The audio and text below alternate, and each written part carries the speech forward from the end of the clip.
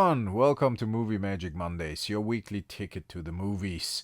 Today I want to talk about a movie that I recently saw on Netflix, The Rip, with Matt Damon and Ben Affleck. I have seen a lot of negative feedback to that movie. Honestly, I can't really understand why, and I will tell you why I can't understand why.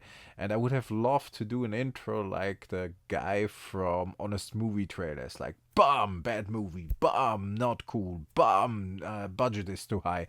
But I'm not that fancy. Maybe if I have a little more time, I will try to do fancy stuff like that. But for today, I want to keep it to the movie and talking about the movie. I didn't really know this one was coming, to be honest. I hadn't really put it on my radar yet. And when it came out, as every movie that looks a little bit like it is worth something, it is worth watching on Netflix, Amazon Prime, I don't know, other streaming services, you name it, then I'm happy because there aren't enough movies for me to watch. I have to rewatch a lot of movies. I think I finished Netflix.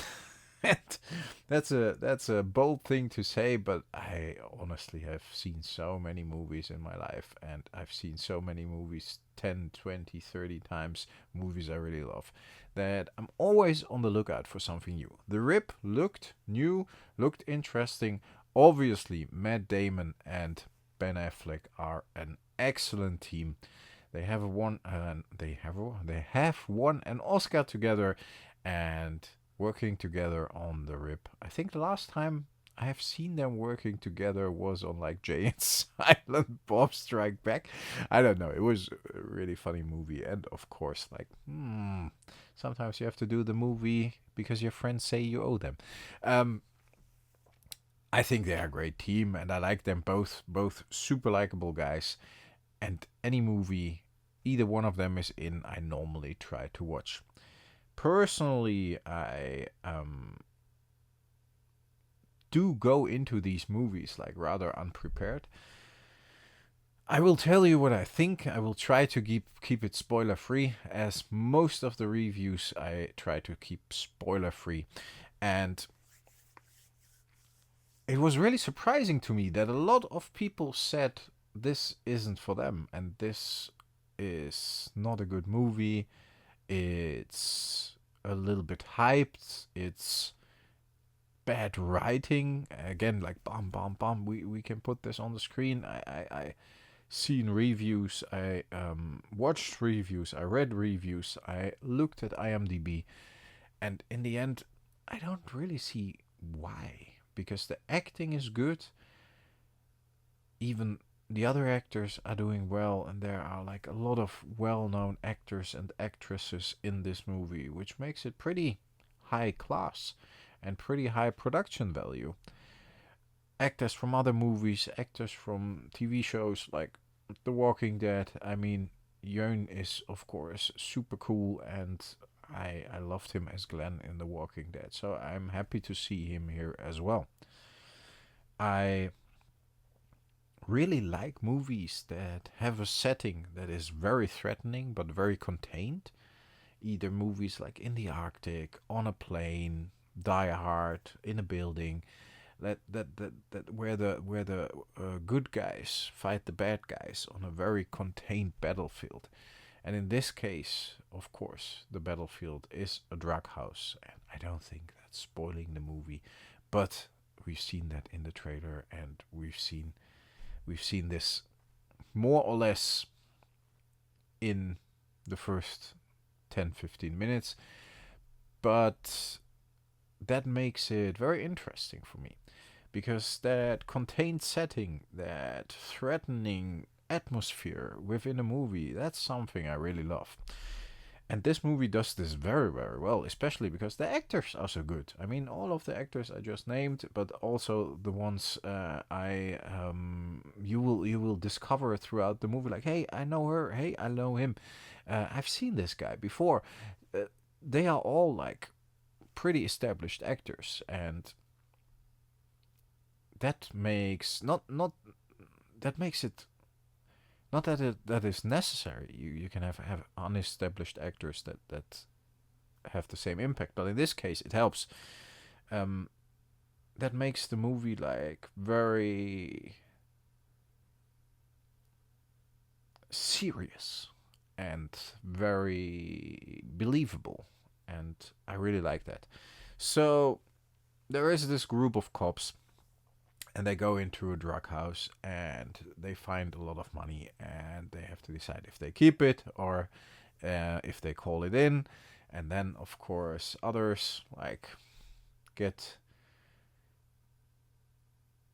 not a notification, but kind of like they know that they have found the money, and then the bad guys know they have found the money, and in the end, everything is resolving or revolving around that drug house, and they need to hold up there, and they need to wait for reinforcements, and so on and so on.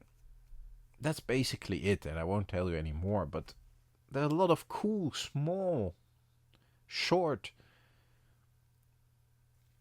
scenes, like little movies within a movie, like even if it's like a chase, or if it's one guy going off to have a look at a possible threat further down the road. I don't know.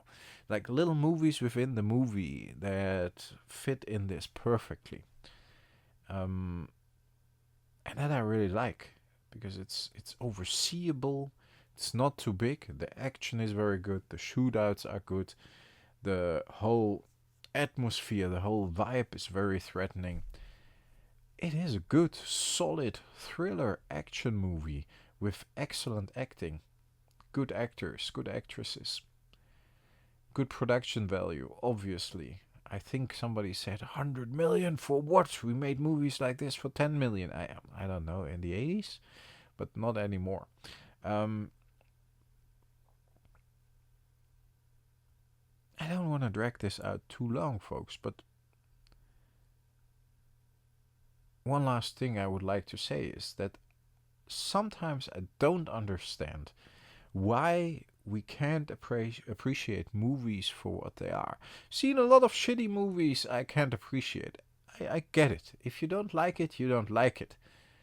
But nitpicking on something that doesn't make sense, like, oh, the production value is too high. We should have made this cheaper. Who the fuck cares? What do you care if the movie costs 100 million? If it makes its money back, and Netflix is happy with it. I mean, all the actors probably already cost like 40 million bucks, right? And then they still need to make a big action movie of more than 2 hours for 60 million, and the marketing and whatever. Um, what do you care? What do you care if the writing is a little bit blunt and actually fitting an action movie like this? I don't want dialogues like in Heat in an action movie like this. Loved Heat, loved the dialogues. That's a totally different movie.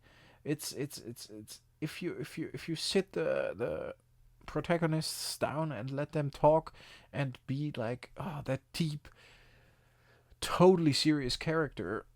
This doesn't work for a threatening action movie like this. This doesn't work for a movie that is in your face, that is dark, that is misleading you. Who's the good guy? Who's the bad guy? Who's the good girl? Who's the bad girl? You never know.